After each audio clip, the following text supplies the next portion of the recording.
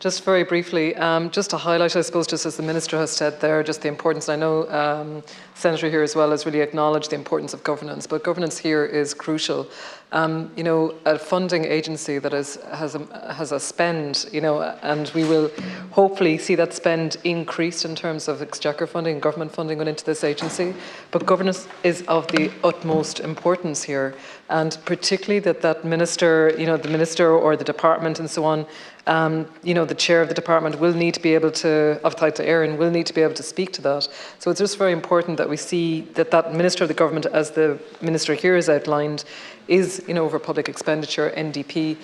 You know, the titles of ministers may change. Their role and remit remains the same. What it's about here is about ensuring that this agency, like every other statutory agency, you know, abides by the same governance, by the same rules around that, and that I think that that's really important in relation to what's been outlined here. So it was only just to highlight that. Thank you. Minister. Yeah, just to add, in relation to directions of ministers, that the powers of the minister within the bill at section 3 relates to regulations and orders. The provision at section 3, as I said previously, is a standard provision as evidenced in the Competition and Consumer Protection Act of 2014 and also in the Freedom of Information Act of 2014.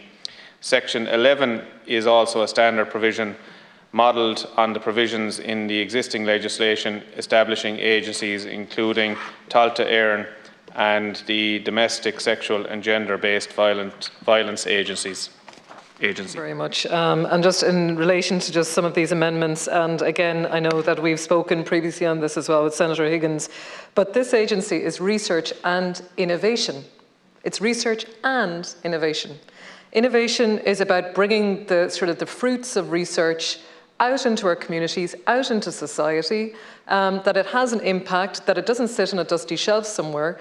That's what's really crucial about this. We see an awful lot of this knowledge transfer and this tech transfer is across all disciplines of research. It is really important that we see so much multidisciplinary research that's bringing in all types of colleges within universities, as well as the sort of innovation aspects working together, because that creates real impact in our society and communities. So it's really crucial that we see that innovation and development of research and bringing it on that pathway so that it will have immediate impact, or as soon as possible, is crucial. And I just think that including here, as has been mentioned before, this is a brand new agency, Department of Further Higher Education, Research and Innovation and Science, and that this new Tailteann Éireann, like honestly, I can't wait till they're before the Education Committee. I sit on the Education Committee. I can't wait till they're there and we're able to say, well, listen, here are the targets, here's the funding, what are we doing for our researchers, how much innovation are we seeing come out, what's the impact on our society? I can't wait till that happens. And I know they will, because already on the Education Committee, our ministers and departments and our chairs and our statutory agencies do come and present before us. So I very much welcome that opportunity for when they do. But in relation to this, it's very important to see that Enterprise Ireland and the IDA, for example, could potentially be funding partnerships, co-funding partnerships. Already in our universities, Enterprise Ireland have technology transfer officers, TTOs. They work within the university system with our research offices and with our researchers at the moment right now. So I think it's really crucial that they are part of this. In terms of other agencies, as has been mentioned, there are partnerships existing currently, for example, with the HRB, the Health Research Board. That's created specifically and gets funding under the Department of Health because it's focused on medical research. But already there are partnerships in place, Minister. You'd be aware of that with our current and existing funding agencies, and that will continue into Tailteann Éireann as well. But I think just to be very clear that there are agencies that sit under different departments, and there are agencies, I guess, that will be co-funding and we'll be engaging in partnerships with as well. Garmagat. Thank you, Senator Dolan. I don't see anyone else indicating. Oh, the Minister, do you want to? Yeah.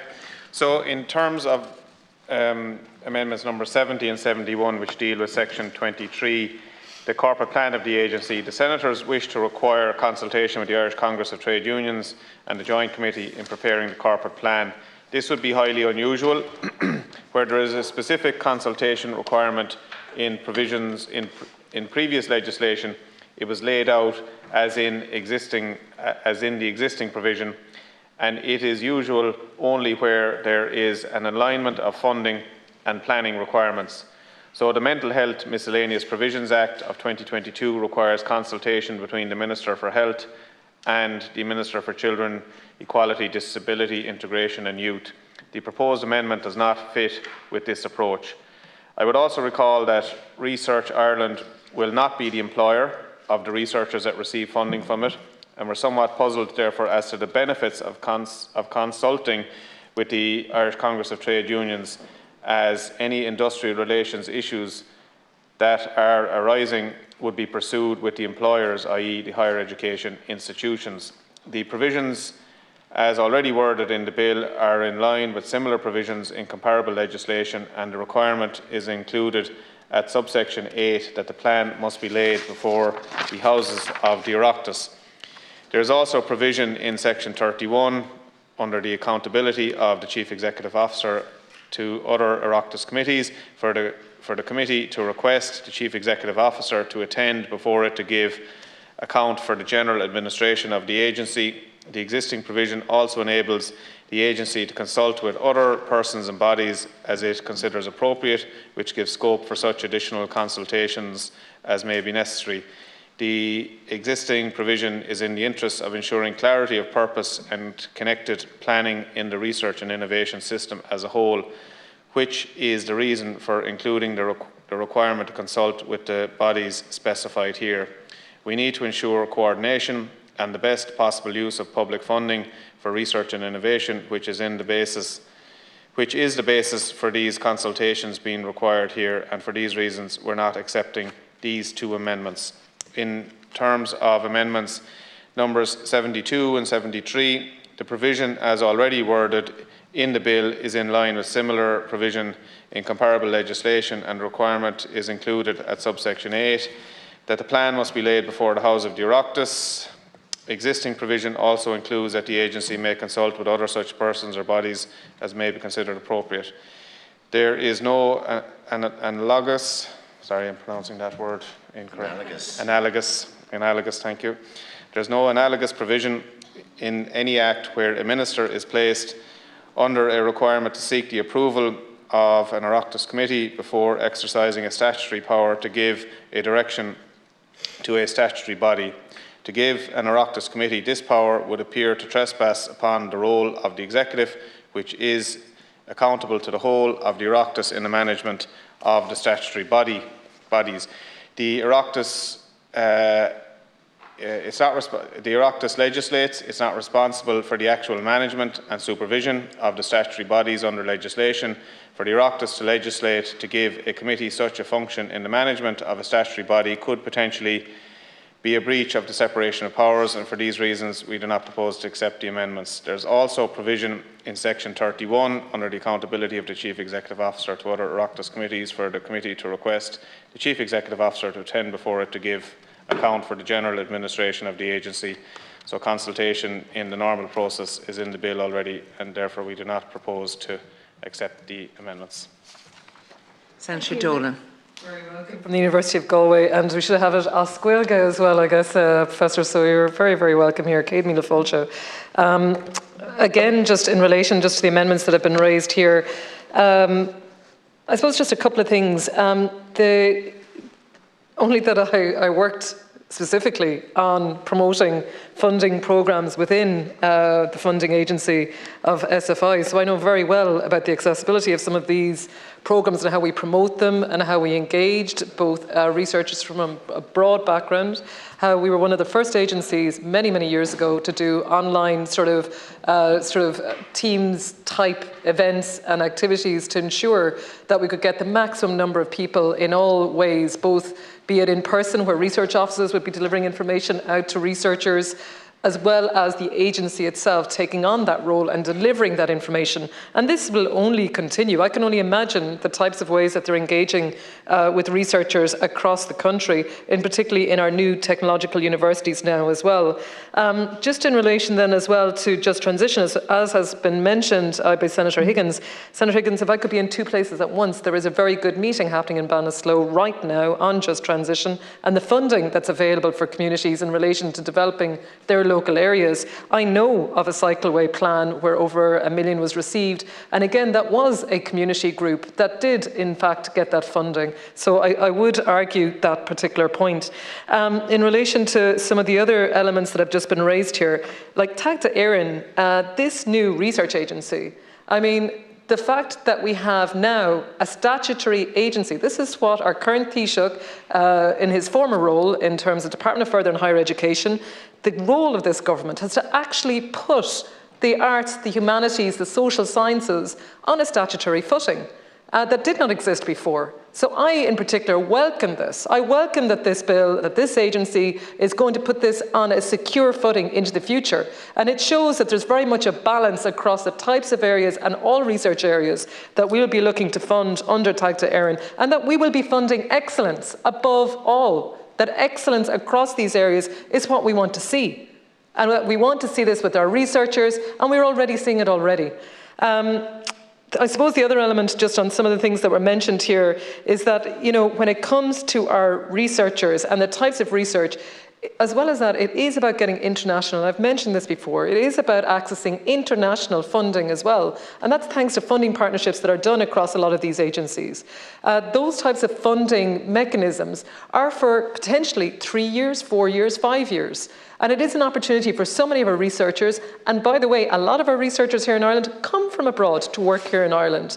And we're very lucky to have them, very fortunate to have that excellence. And they actually potentially stay. They stay, they become principal investigators, they may run centres. We're very fortunate to have that. But I do think that in this particular instance, that Tagta Éireann is actually about making sure that we go into the future having all of our areas of research on a statutory footing, which is what this agency set out to do. And in particular, I suppose, to acknowledge Minister Simon Harris and his goal and vision around that, and the officials within the Department of Further and Higher Education and government as a whole, which is what we want to see here. So, Gurmila Malgat, thank you.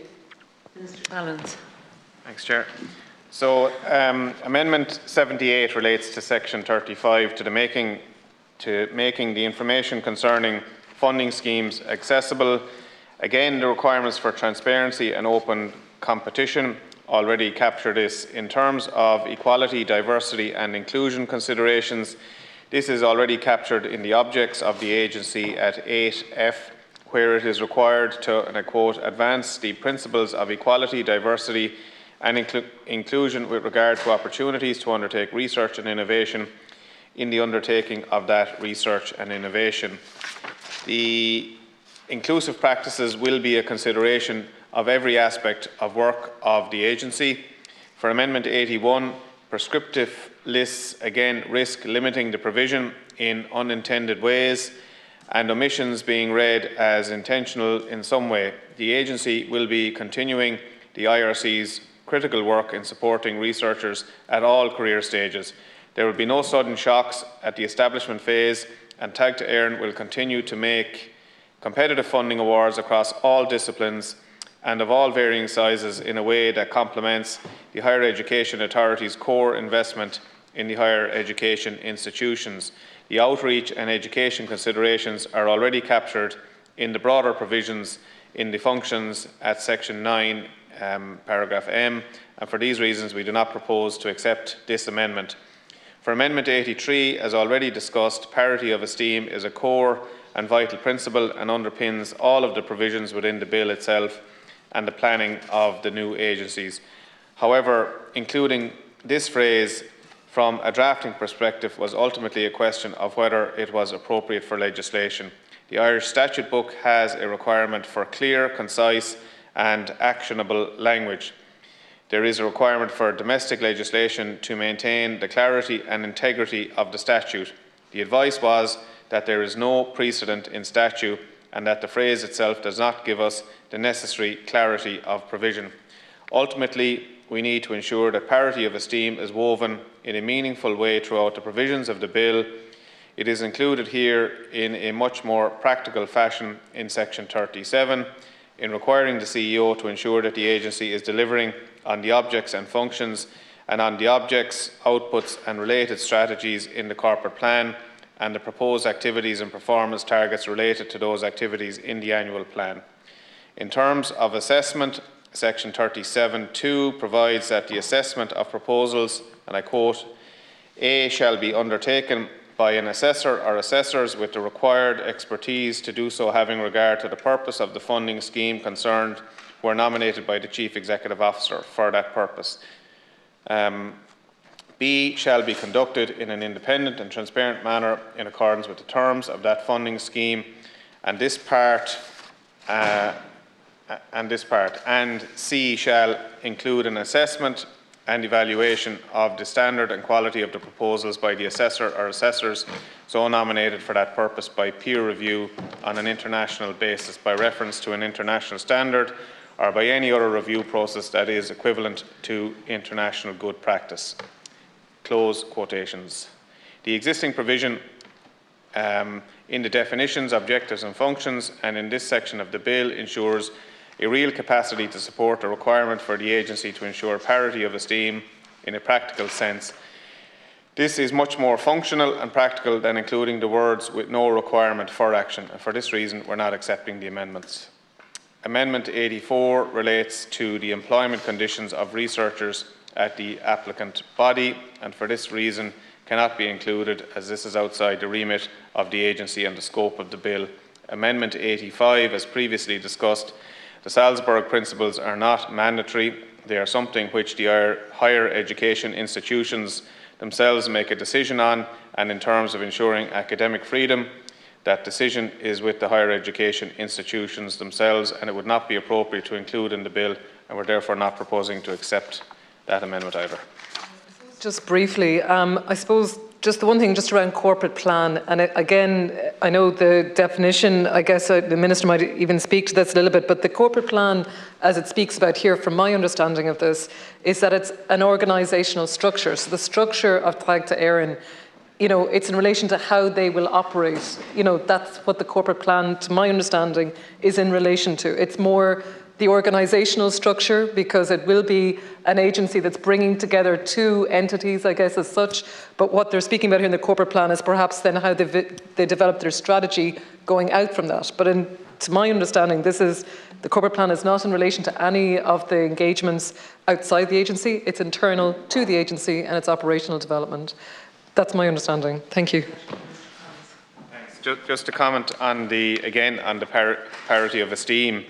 And you'd recall that the agency under Section 8 is charged with, and I just want to quote it to you, supporting the undertaking of research and innovation in all fields of activity and disciplines by researchers with different levels of knowledge, experience and specialist skills in such fields and disciplines. So it says all fields of research, okay? Myself. Yeah, so it also requires, it's also required to, and again, quote, promote and support the contribution made by research and innovation to economic, social, cultural and environmental development and sustainability in the state. So yes, it's economic development, but it's also social, cultural and environmental progress. So there's no one concept here being elevated above the other. So in fact, they all have parity.